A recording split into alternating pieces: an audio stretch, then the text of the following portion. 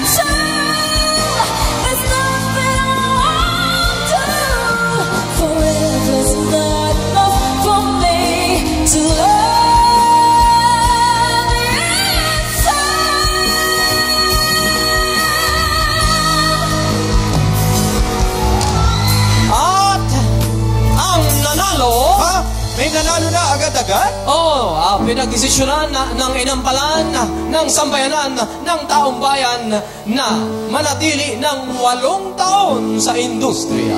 Napatunayan ang sarili, pinalapakan at hinangaan. Ngayon ay isa ng makinang na bituin. Celebrating her 8th anniversary in show business.